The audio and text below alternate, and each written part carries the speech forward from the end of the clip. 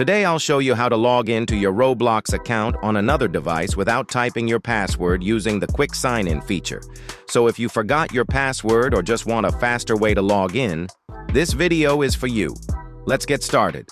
First, open the Roblox app on the device where you are already logged in. Now tap on the More option at the bottom right corner. After that, scroll down and go to Quick Sign In. Keep this screen open, don't close it. Now take your second phone or device where you want to log into your Roblox account and open the app. Here, tap on Sign In. On the login screen, tap on Quick Login. After that, a one-time code will appear on your screen. Just keep it open. Now enter the code you see on your new device into your old device, then tap on Enter. That's it!